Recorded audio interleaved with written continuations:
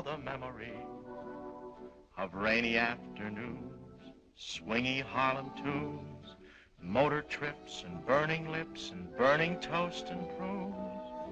How lovely it was. Thanks for the memory of candlelight and wine, castles on the Rhine, and moments on the Hudson River line.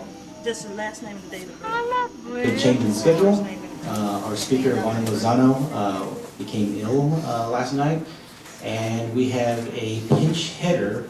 We have Valerie Taylor, who you might know, is part of the VA, and she is also the owner and director of South Texas Alternative Choice. Is that true? 91? Yeah. It's a long story. Just the VA for now. Okay.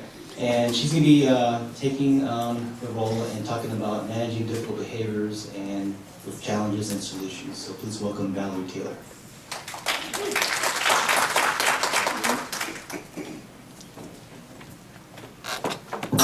Good afternoon, everyone. Good afternoon. You know, I'm not Yvonne Lozano. How many of you have heard her speak? She is hilarious. I mean, she's got very big shoes for me to fill. I'm going to do the best I can. I'm somewhat familiar with this topic, managing difficult behaviors, because here at the VA, we have established a caregiver support group. And we meet once a month, and earlier this morning was our time to meet. And we talk about some of the difficult behaviors. We talk about what do you do when you're hospitalized. We talk about a lot of different topics, and we support our caregivers through education and anything else that they might need. So today, though, this afternoon I should say, is I'm filling in for Dr. Lozano. And, so for those of you that don't know me, know that I don't have a problem talking. However, sometimes if it's someone else's material, you may feel a little uncomfortable because it's not something that I originated. So please bear with me, and for those that pray, do say lift up a couple for me. Okay, so Dr. Lozano, she was going to be talking, she is talking about managing difficult behaviors. And understanding aging, perceptions and realities. Sometimes they're real different, and when you look at that picture, the first thing we come up with is Frankenstein, right? But it can certainly represent a change from the way they were before. And so moving on with that, we're going to initially talk about there is a wheel of life. And in that wheel of life, there's a lot of different things or different elements that are a part of each of our lives. Each of us have different aspects, but for each of our differences, there's a lot of similarities as well. So let's move on to look at one thing that we do experience. We experience family. We experience, some of us have experienced our church relationships. We may have a significant other. Those significant others can be your children, it could be your family member, a particular one, it could be a girlfriend, a boyfriend, a husband or wife. Financially, you need your finances so that you can go to HEB. We've got pets that can also be a significant other. We have friends and neighbors. We have transportation, to get from point A to point B. And that transportation may be via trans. It could be our own personal vehicle. And then we have our hobbies and a job. So all of those things are part of our circle of life. But as we grow older, they can also be part of those things that we experience as losses. And so we lose our finances, we lose our significant other. And it seems like a lot of times with our older adults, they experience a whole lot of losses.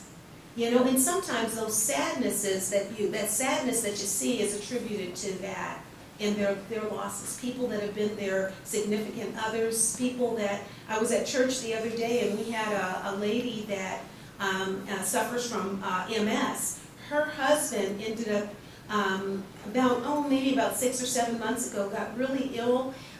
He had COPD, now he was tethered to an oxygen. Eventually, he died about a month and a half ago.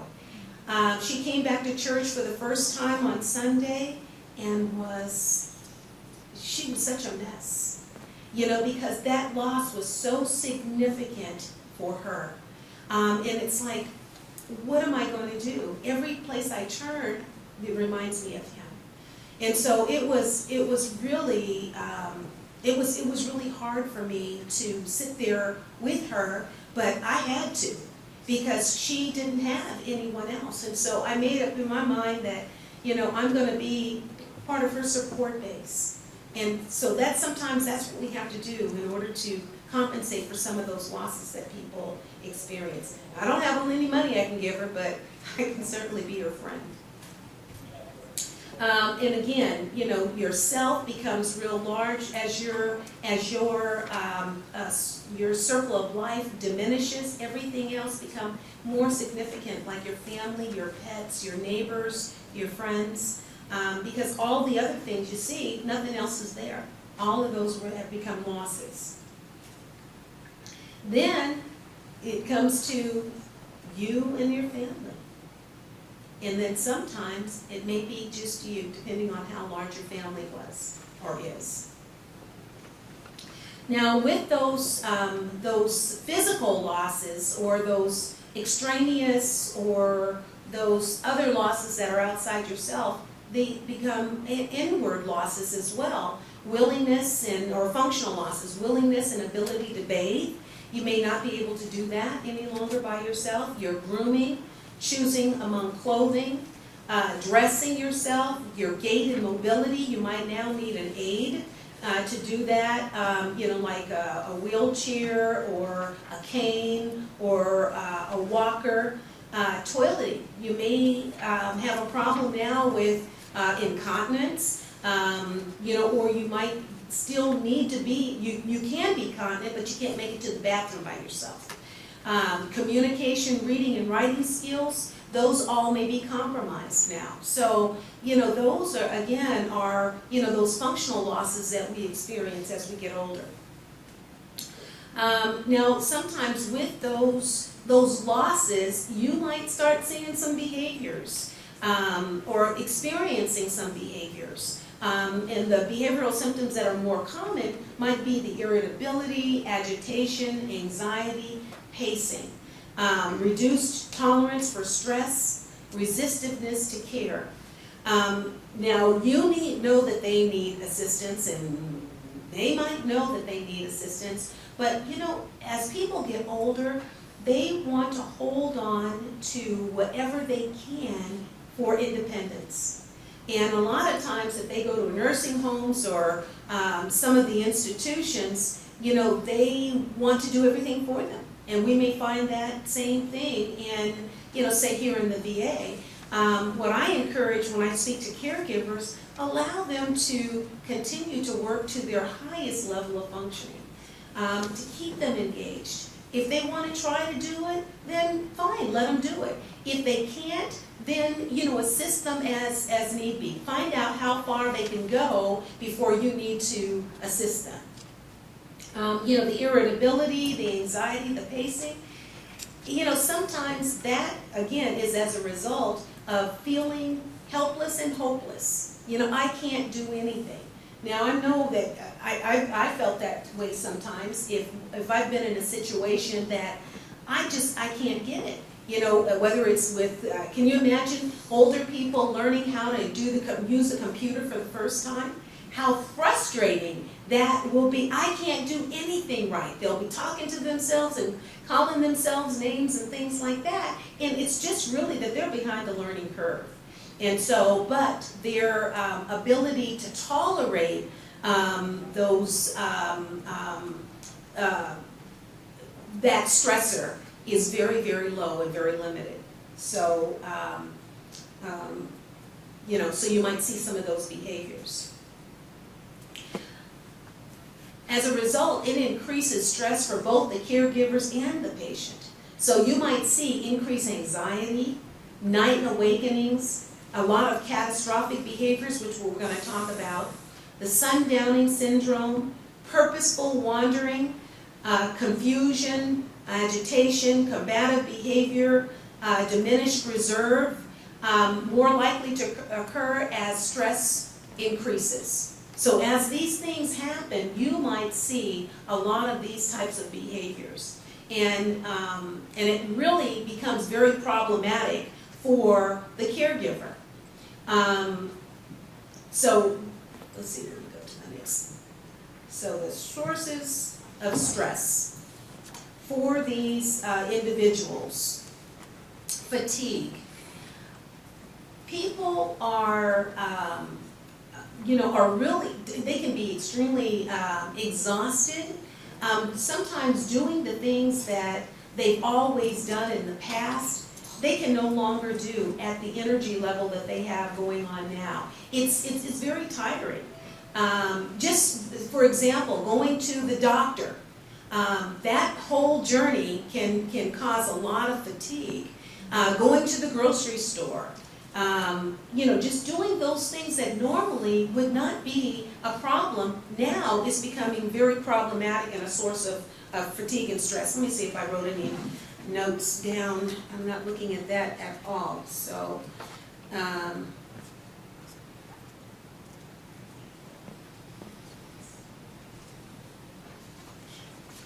me get, I'll say that when I get finished. Multiple competing stimuli. Noise, confusion, television, radio, public address, too many people, too many things going on at once, eating dinner, taking medications, mealtime entertainment. How many of you have taken the virtual dementia tour? Okay, that's not very many people. I offer that here at the VA. How many of you are VA employees? Okay, we've got a class that's going to be coming up on the 14th of July. And, there you can have an idea and become a lot more empathetic when you have a patient that suffers from dementia.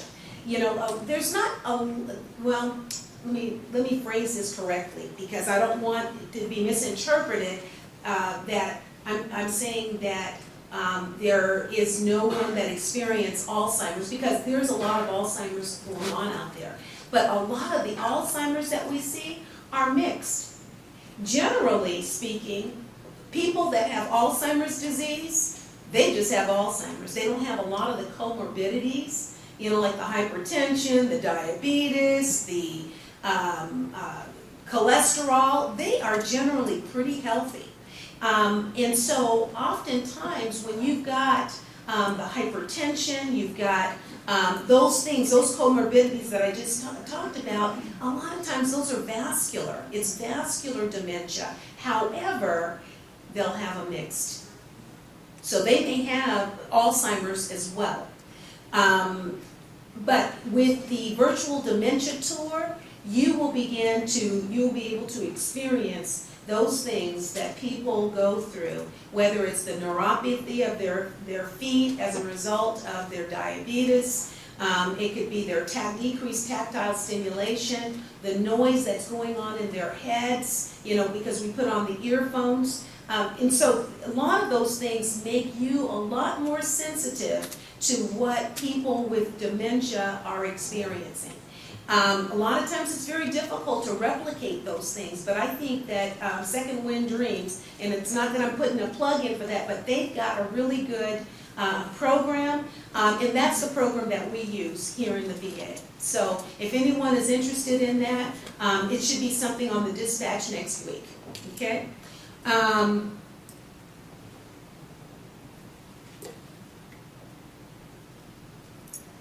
And all I said here, I continued by saying, the more familiar you are with the stressors that they experience, the more sensitive that you will become.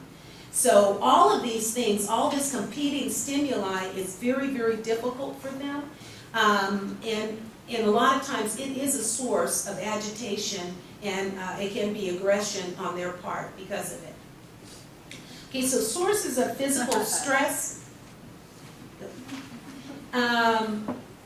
And the giraffe or the zebra is losing his stripes.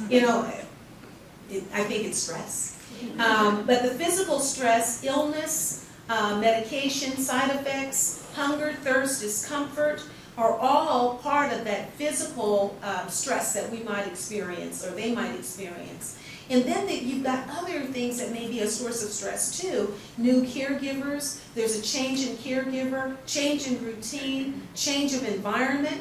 Those things, people don't adjust real well. Now you know how we are when they want to tell us that we have to do something new. You know, we kind of go along with it, but not without sometimes dragging our feet. Well, why do I have to do it like that? The way we did it like this worked forever, so why can't we keep it like that? With them, because they are so focused and don't have really the ability to go with a lot of those changes, it can certainly be a cause of big time stress for them. So keeping that in mind will make it easier for you as you are dealing with these individuals. Sources of stress, again, demands that exceed their abilities. Sometimes tasks that they're given might be too complex. It says here that decisions are too complex. Tasks that are outside their abilities. Now, how are you going to know that when last week or the week before they were able to do that?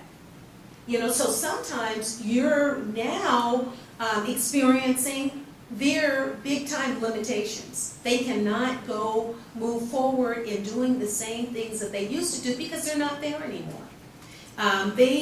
Their dementia has advanced, but sometimes you don't know that until you know it. Negative and restrictive feedback, that is definitely a source of stress because that's what we do. Don't do that.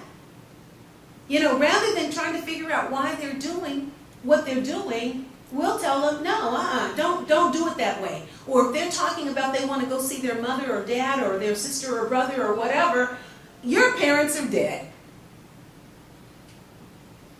I want to go home, but this is your house. No, you're not going to work.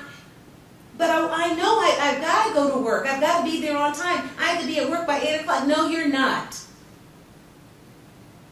You know, we get very impatient in talking to people that have memory issues. And it's like, don't you remember that they got problems with memory?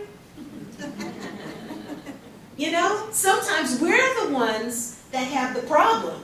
It's not them. They're doing what they do.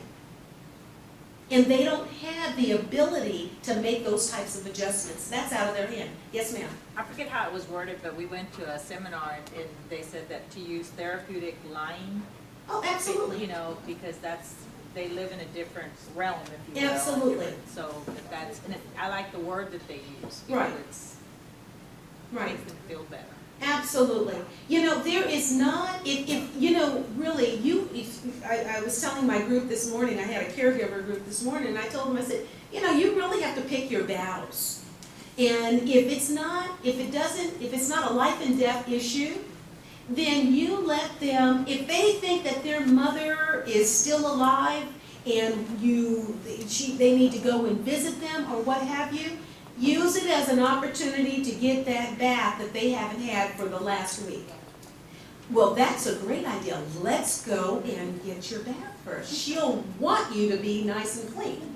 You know, and so use those opportunities to get done what you need to get done. Well, we can't go see anyone until you take your medications. You absolutely, definitely need a haircut.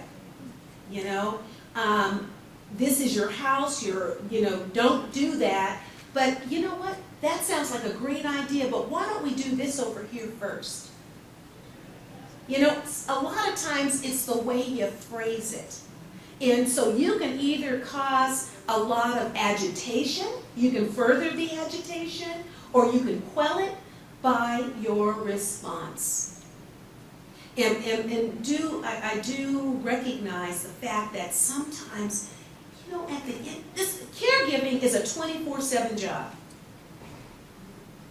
And, you know, there's this book called The 36-Hour Day. And, you know, it's really more like that. because you're awake during the day and you're awake during the night, and sometimes it is so, it's really a lot. And I recognize it's not always easy being therapeutic. It's not easy at all. But as much as you can, do it. But when you can't, that means you probably need a break. You know? Call up one of those family members, call up a friend, call up a church member, call up a neighbor that you know well. You know, but what happens is a lot of times we as caregivers, we are martyrs. Nobody can do it like I can. I'm the only one he'll trust. Well, you know what? Because he's not given an opportunity to build relationships with anybody else. Because you're always there. You know, and sometimes the caregiver has to be realistic, and you got to help them. And how many of you are social workers? Oh, yay. You know, my favorite people. A lot of my favorite people, because you are their lifeline. A lot of times there's no one else that can help them, and sometimes you have to not necessarily be confrontational, but you have to ask some right questions. Well, how are you taking care of yourself? You know, when they come in as an invisible patient, because a lot of times they are invisible patients, coming in talking about their loved one, and they're the ones themselves that need the help. Because they're doing an excellent job of taking care of the caregiver, but they're lacking taking care of themselves. So you have to see that invisible patient and direct them, and sometimes make them not be a hostage to what their loved one will and will not do, and be able to say, you know what, your loved one needs some respite. You know, and I'm going to help you make that happen. Because if you don't do that, you and your loved one are going to change, or no, you're not going to change positions, because they can't take care of anyone else. But you're going to need somebody to take care of you. So that's extremely important, and to be able to recognize that. And feel free to interrupt at any time. Not interrupt, but ask a question. Care planning goal. The goal is to act like a prosthetic device that supports the person to do what he or she is able to do. Interventions like memory crutch that fills in for lost ability, support person to be autonomous in spite of lost abilities, keep stress at manageable level throughout the day. You know, and so by helping that person, you know, it's almost like, I think I wrote down, it's almost like a person that's a diabetic. And, you know, the goal is to keep their blood sugar at a level that is very therapeutic. Now, there may be some peaks and some valleys there, but not too much. And the same thing with our person that has dementia. They will experience those same things. Now, to make those peaks, those valleys, a lot less will depend on not only where they are at that particular time, because sometimes they just need a timeout, or sometimes you might need a timeout. But you have to approach that situation very carefully sometimes, and sometimes it's not real direct. But you want to keep their stress and your stress at a manageable level throughout the day. And can it be done? Well, you've got good days and bad days. So sometimes yes, sometimes no. There is no perfect answer or a perfect solution to any of this, and a lot of it is trial and error. What might work for you might not work for somebody else. What works for them may not work for you. And one of the docs that had spoken earlier talked about how where they were in their younger life and where they are today. There's certain personality things that they may bring in their dementia. Now, sometimes they get better. Sometimes they get worse. It all depends. You have a question? No, I'm just going to say what works one day may not work the next day. True. Very true. Very true. Very true. Okay, let's move to the next slide. Now, this is a truism. Dementia is incurable. Okay? Now, let me ask this question. Is dementia, is that a normal part of aging? True or false? Why? Why? This is memory loss. Okay, well, you can have memory loss. Well, you don't have specific short-term memory loss. That's not a part of aging. That's not a normal part of aging. Okay. You might lose some, you might not be paying attention, but that's different from memory loss. Okay. So can anybody tell me what is the memory loss is what do you call it, a crux-stone or kind of a, huh? Yeah, a keystone, I'll say a keystone with dementias, okay? So you're gonna have some memory loss. So what is the other kind of memory loss called? You know, when you can, you have some memory loss, but you can retrace your steps. Okay, so that is, I call it a senior moment. Yeah. Okay, so and that is not related to the dementia, because you're right, dementia is not a normal part of aging, but there are age-related memory issues that occur. Okay, because there's changes that happen in the brain, but it's not dementia. Dementia is a change, it's a cognitive change in whether different parts of the brain, but there is death of neurons, death of cells, plaques and tangles, all of that stuff, and that is a specific type of condition. Whereas with normal aging, we do have some memory loss, but you can generally retrace your steps and figure out what I don't know what I do with my wallet and my keys, but we'll go back to every spot we've been, okay? So that's aging, that's normal aging. So dementia it's incurable. So if you have dementia going on, now it may not progress like it does with Alzheimer's, like your vascular dementia is probably one of the better ones you can have, because you've strokes or some heart condition or what have you, that you may not continue on your downhill slide, which will eventually, the total brain destruction and, it'll end up with death. But it's not untreatable. Dementia is not untreatable. What do you normally treat when you're treating dementia? The symptoms, exactly. And so you preserve and enhance remaining abilities. You avoid unnecessary stress and overstimulation. You treat illnesses or other complications. You provide education and guidance for families and other caregivers. And so that's how you end up treating the symptoms. There's a couple of medications out there that are used also, but those just treat the symptoms, okay? And they just help keep people at a certain level a little longer. Once those medications like Namenda, Aricept, Exelon, there's another one too. Once they kind of wear off, then it continues to progress. So, good, very good. So it prolongs the inevitable. It can prolong the inevitable. Not for very long usually, but yeah, it does. Warning signs. Okay, that you're going to start having some types of behaviors. Okay?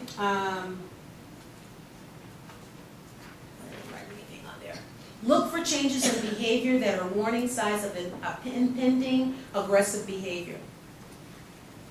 Irritable motor activity, pacing, rising level of agitation, can't sit still, hanging around, muttering, humming, glaring eyes, hyper alert state, leaning forward, forward-leaning posture when speaking. When people are starting to get aggressive, you know that. You kind of have a feel that they're not happy about something. And so the way you handle And it doesn't mean that all of these warning signs might be present, but if you know them, if a family member knows them and they know that, they're behaving in a different way, then they need to start backing off, because sometimes that is as a result of their aggressive behavior. It's like we said earlier with the telling them don't do this and that, and your parents are dead, and this is your house, and no, you're not going to work, and all of this negative, this confrontational, it's really kind of badgering confrontation with them, and that's not real helpful. Okay.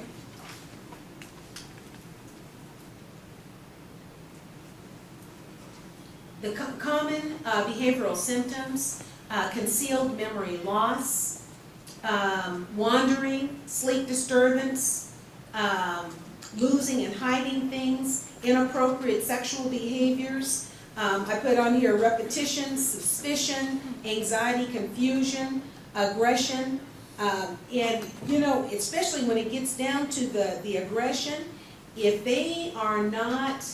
you can't calm them down, and they're getting extremely threatening, call 911. The police know how to come in and handle that situation. And that's, they get some really good training. And so this is without coming in with billy clubs and things like that. And a lot of times, just the presence of that authority will calm them right down. Sometimes you might have patients that have issues with the loved one is still driving. How do you get the car keys from them? How do you get them from driving? Any suggestions? Take the keys away. Okay, take the keys away. Yep, you can do that. What's that? I'm sorry? Someone take the spark plugs out and say the car was broken. Okay, say the car is broken. That's a good one too. Therapeutic line, okay. You can call down to the police department and send an officer over to talk to your husband about their driving. They will come.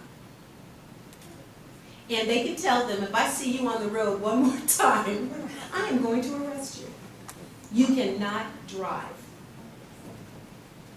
And you know what? More than likely, they will not drive. Also, if the doctor would say, not that I recommend you not driving, if the doctor would say you can no longer drive. Period. A lot of times our elderly folks, our older adults, they have a lot of respect for what the doctor says. But sometimes the doctors will just make recommendations because they don't want to be, they don't want the patient to be mad at them either.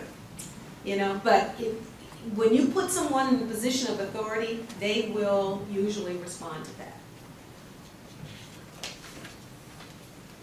But those are the common behavioral symptoms that was identified. The first one we're going to talk about is wandering. And you know what? And really, I don't like to use that word wandering, because when I say the word wandering, I understand how they're using it, but it makes you think that they're just kind of like walking around aimlessly, bumping into walls and things like that. And that's really not true. Oftentimes, they have a place where they want to go in mind. But along the way, they forget, whether it was I'm just going around the corner to the store, or I'm going to try to make it back home. And they're thinking about their childhood home that may not any longer exist. But that is what they have an aim in mind for where they want to be. But what we're finding is that, that's why you got all these silver alerts, because they have lost their way. Didn't they just find one to her car? She went into the Corpus, wasn't it? Yeah, I saw that. And it was a tragic ending on that one. So now, especially during this season, now it's so important for people to know where their loved one is, because the weather, we've had a lot of rain and all right now, but usually the weather does not, it's not agreeable with our elderly here in anywhere in South Texas. you know, because they just need to be, the elements will get them, you know, if nothing else. But anyway, causes, Dr. Lozano said that the wandering is related to fear. And I'm not sure what she meant by that, but we'll just kind of go with it, you know, so people, and it might be related to what I just said. Yes, sir, no. I think it's sometimes because the fear is that when they don't recognize anything around them, they tend to want to get away from whatever it is that they don't recognize. Yes. For instance, I'm going home, I'm on my way home because I need to get out this door because I'm going home, because they don't recognize the people around them. And I think in working in psych, I see that's what a lot of it I see. They're always going somewhere though. But I also think that if they don't recognize anything around them, they feel like they need to be going somewhere else. Sure. Good answer. I'll buy that, because that really makes a lot of sense. And if you didn't hear her in the back, it was people aren't sure where they are. And so it's real fearful for them, and they're trying to get to someplace more familiar. And oftentimes in that trying to get there, they get lost because they still don't recognize anything. So thank you for that. And you find that with Alzheimer's, dementia. And so it's important, I think she meant here, to reorient them, to validate them. If they're bored, give them something to do. If they're hungry, feed them.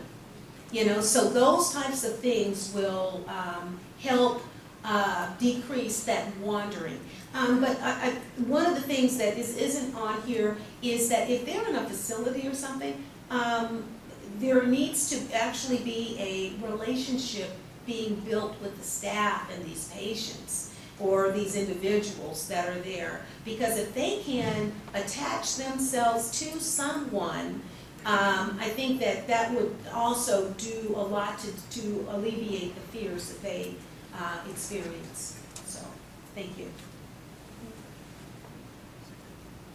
Common behavioral symptoms, and this is what drives a lot of folks crazy. Repeating questions, the repetitiveness actions or repetitious actions, the territoriality, the hallucinations, delusions, and illusions. Here I put the example that I had, the repeating questions and the repetitive actions.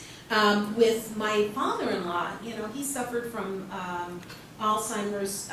He had vascular dementia as well. He passed away about 2.5 months ago now. But I can remember, I called him Pop. It was always a couple of years ago, it was 1958. He always talked about 1958. So it was very repetitive, and he wanted to tell you about his college days and how he then it was going to college on a full ride scholarship, never worked a day in his life. I mean, in terms of scholar, you know, when he was in college. He went to school, played basketball, and, you know, that was his story. And then, as his dementia progressed, he spoke more about Dolly Mae, his grandmother, and how she helped take care of him. And, you know, one day she was working, I think she came here with a family. She was like the help. And she came to Texas to work, and she came back. They lived in Florida, went back to Florida, and she came and she had money tucked away in her bosom. And he said that he took her money out and gave him $2. And in those days, in the 1940s, that was a big deal. And then he would begin to cry as he talked about Miss Dolly Mae.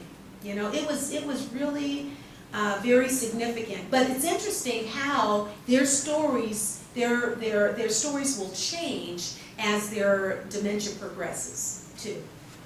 Their territoriality, and again, the fear of somebody's going to take something from them. This is mine. The hallucinations, the delusions, illusions, a lot of that is related to the changes that are happening in their brain. So as things change or things die, there's going to be some more of that, the delusions and hallucinations and all. Catastrophic behaviors, when I talked about that earlier, you're talking about the agitation, combativeness, all of that confusion, the fearfulness, the night waking, the noisy behavior, purposeful wandering, sudden withdrawal from activities, sundowning. It's the unexpected, intense, and out of proportion reactions to a situation.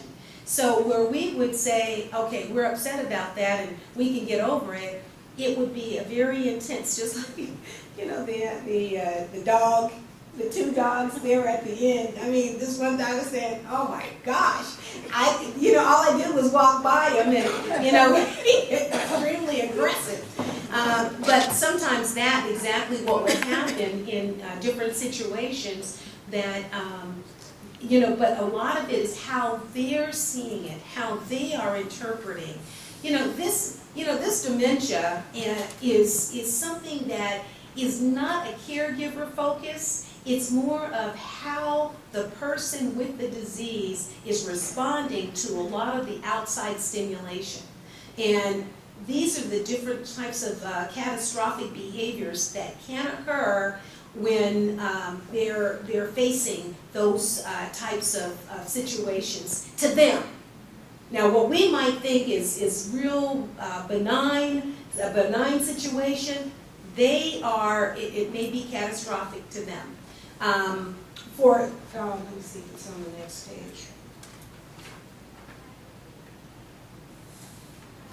The only other thing I wrote on here, because I'm going to say something else, but you may have these catastrophic behaviors, you might have difficulty controlling those. But there are some things that happen that contribute to these catastrophic behaviors, and we're going to talk about that in just a minute. But these behaviors, we would definitely identify them as catastrophic, okay? Hey, Valerie. Yes. Do you think that if you had been very docile and sweet all your life, that you could become like a bear at the end? Or is what you're seeing who you really are? Because the filters are gone. I'm asking you, it's just a question. Is that, do you think, or is it just? I would say yes, and I would say no, because it really depends on the individual. Okay, I would say yes, because you've got some people that have been, pastors, for example. I mean, the epitome of a wonderful pastor, and they're getting up there, one of their last sermons, they're cursing the choir, saying all of these bad words and, all these sexual innuendos. Get him off. Get him from behind the pulpit, But that's just an example of someone that would normally not demonstrate that type of behavior, and it's not that it's because the filters are off, but because of the changes that have happened. Now, you might have a wife, for example, that that really felt that way, and depending on what type of dementia she has, if she's got some frontal lobe, the filters are off, they're gone, and so, you might see some of that exhibited a lot more. So that's why I said yes and no, because yes, it could, filters are gone, and no, because that may be just because of what's going on, other things that are going on in the brain. So, comments? Yes, ma'am. Explain the difference between just wondering and Purposeful? Yeah. Personally, I think that they are the same. Okay. I think people have a purpose, and they forget what that purpose was, and so I think that they're actually the same, because I don't know of too many people. I have not experienced too many people that are just going to go out and just kind of just wander aimlessly. Usually, I've been in situations where the individual that is quote unquote wandering, and that's why I don't like that word, they were a walker, or they were a runner at one time, or they were always on the go. It was difficult for them to go someplace and just sit. That was not their nature. And so they were always on the move. And so to me, when they're moving, and that's why it's so important to know what do they do? What do you know about this person? Because is what they're doing, is unreasonable? Is it out of character for them? Or is it really in character? So, but that, I hope that answers your question. Purposeful wandering, I think is wandering.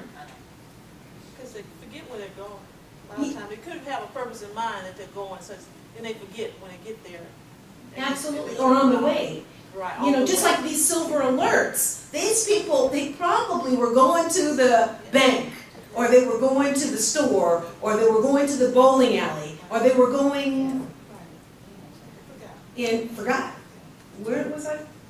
And they just keep driving until they find something familiar. We talked about fear earlier, and I think, oh, this doesn't look familiar to me, so let me get someplace where, more it looks familiar. Okay. Self-assessment. I'm going to put all of this up first. Let me make sure that's the last one.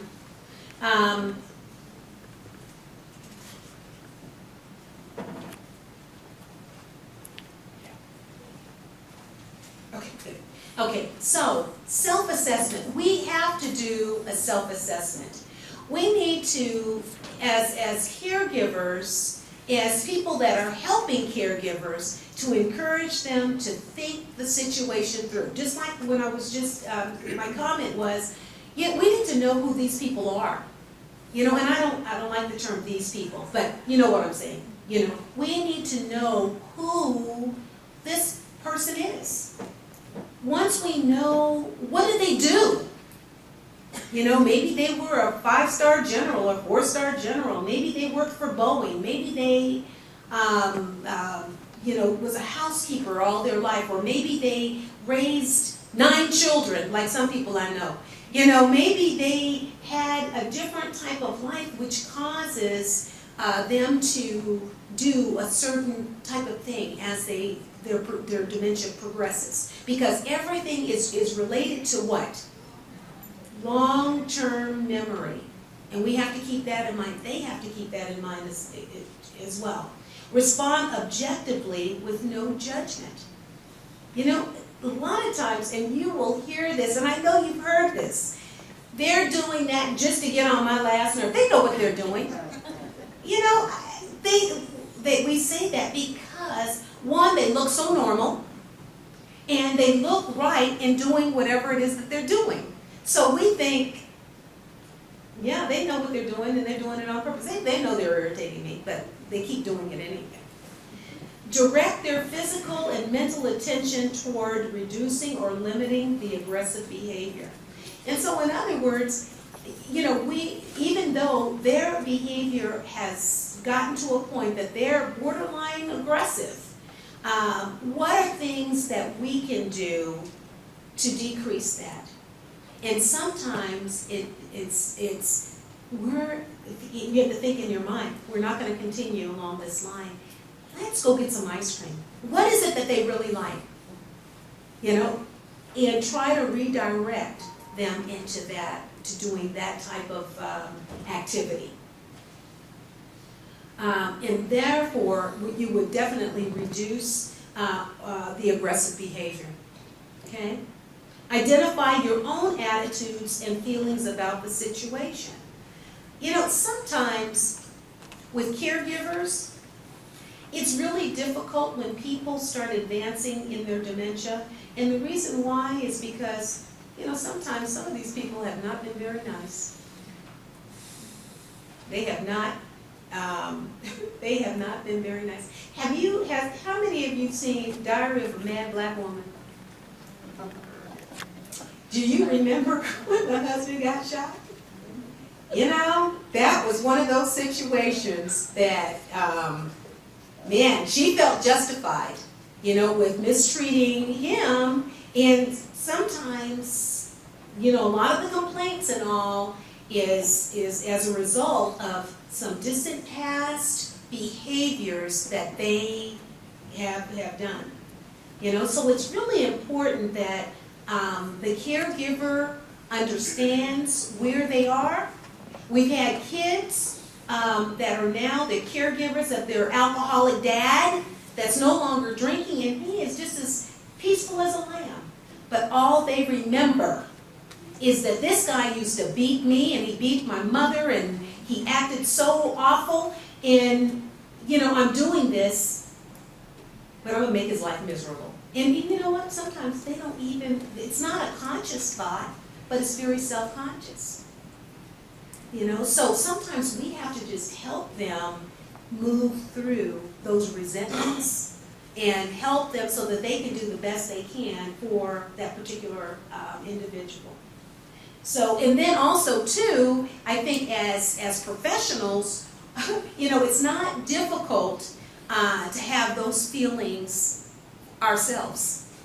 You know, so we got to check our own selves out, and does this person remind you of so-and-so? You know, or did they remind you of your dad? And, you know, sometimes you've got all these negative feelings and, you know, there may be some transference going on and, you know, we need to check ourselves. We really do. You know, and no one can tell you that but you. You know what type of feelings gets elicited when you come in contact with that person. And sometimes it's pretty deep. Be aware of their body posture, you know, because sometimes they just by the body, is that a sign, Joe? Yeah. It is, okay. Be aware of their body posture, be sensitive and avoid the need to win or have the last word. Don't get into a power struggle, you know, because a lot of times it's like my way or the highway. And does it really matter? If they take their medications right now, or they take them in 15 minutes. Does it matter? You know, and sometimes we have to keep in mind, especially when you are in an institution, they are on such a time schedule. You know, and sometimes we have to realize and recognize we're on their schedule. Certain things have to be organized and structured for them. It's important to do that. But there really needs to be room for flexibility too. Unresolved conflicts that can affect care, yes, there can be. Let me move on, because my time is just about up. Non-helpful responses, avoiding or ignoring, not helpful. Sarcasm, ambivalence, being punitive, angry responses, again, power struggle, respond defensively, condescending responses, indifference, are all not helpful. You know, and really, come on, if they're not therapeutic. Suggestive techniques, using silence. Sometimes it's okay not to say anything. But you know, one thing that I will say is that when you are dealing with somebody with dementia, you got to learn a new language. You really have to learn a new language, how to approach them. And a lot of times, you cannot approach every patient or individual the same way. You can't. And again, what someone said, what was useful yesterday may not work today.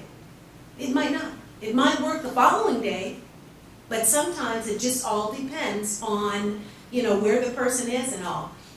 The other thing is that, oh, I can't remember, so I'll go to the next one.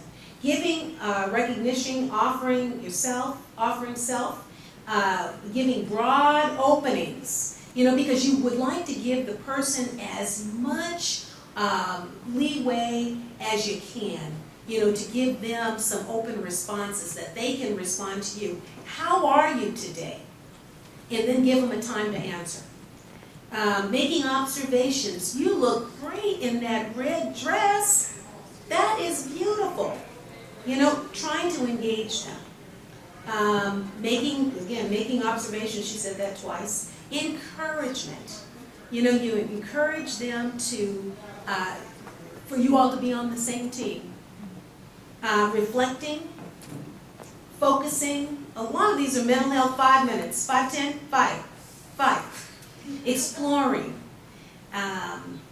More alternatives. Exercise. Elimination. Okay, see, some of these, now what I'm going into right now is that when people are demonstrating all these undesirable behaviors, they're trying to communicate with you, just like you are communicating with them. this is what I was gonna say before. One thing that they read very well are nonverbals. So you think you're being really nice, they know you're being a phony. You know, really. Yes, ma'am. You can't fool them or babies or No. animals that it just like emanates, it comes out It does. somehow, some way. Absolutely. You know, and so you cannot fool them because it's gonna come out some way. You know, so it's important to be as honest as you can with them. But also too, when they're demonstrating these behaviors, they might need, give them some exercise. Because moving around may be very helpful, maybe helping them to get tired. They just need to move. Elimination, maybe they're constipated. Maybe they are anticipating. Maybe they're anticipating something, maybe gloom and doom or something. Pain relief, maybe their stomach is hurting, their head is hurting, their back is hurting, their leg is hurting, their foot is hurting, something's hurting them. Fear of the unknown, maybe they're in a strange place, maybe they're here at Audie Murphy and they don't remember being here before. They're in a new clinic, they're at the gym clinic, you know, and so this is the first time, so they're meeting new people, and that's scary. Respect them.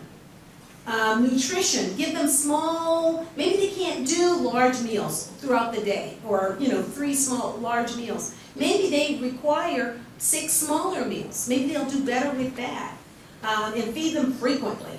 Fatigue, maybe they're just tired. Use a nightlight at night so that they don't see the shadows, and sometimes it's at night when they start doing the sundowning. Maybe they've been awake all day or maybe sleeping all day, and now it's nighttime, and they're just afraid. And sometimes they can't, you don't know why they're afraid, but they are. Reduce the shadows. Keep the toilet visible. Destimulation can only process small amounts of information at a time. In summary, consider their safety needs. Their disruptive behaviors, try to figure out what are those behaviors all about. Is it something that can be dealt with? Is it something that can be changed? Is it something that is within your control to do? Medications, 2 minutes. Medications are generally the very last. Psychotropic meds are usually absolutely not. There's a Beers list, because oftentimes a lot of the caregivers, they want a pill for everything. If they're being agitated or whatever, give them a pill, not to their best interest. And so they really try to use non-medications to treat whatever's going on. Inability to participate in care. Oh, they have an inability, well, I guess. Family needs. Increased time, care time, and need for staff. Okay, and this is the last, and your reality looks grim? Questions and answers. Yes, ma'am. That whole thing about like putting oxygen on self first, the mask, self-care, it's just so important. You know what happens, and I like to share that too, because I wrote an article once about the caregiver, the overcaring caregiver. And what, they get on an airplane. The person is up front giving all these directions. They will watch all of that, and they still, the air masks drop from the top. They are running around the plane putting the mask on everybody. And when the plane lands, you see the dead caregiver. Caregivers have to take care of themselves, and oftentimes they do not. So, and even staff are caregivers. We're caring for somebody, social workers, nurses, psychologists, we're all seeing about someone else, but we've got to take care of ourselves. Any other questions? Thank you. All right, thank you very much, Valerie Taylor. Tell Yvonne I did a good job. Yes, you did a great job. Live long. Thanks for the memory of candlelight and wine, castles on the Rhine, the Parthenon. and moments on the Hudson River line.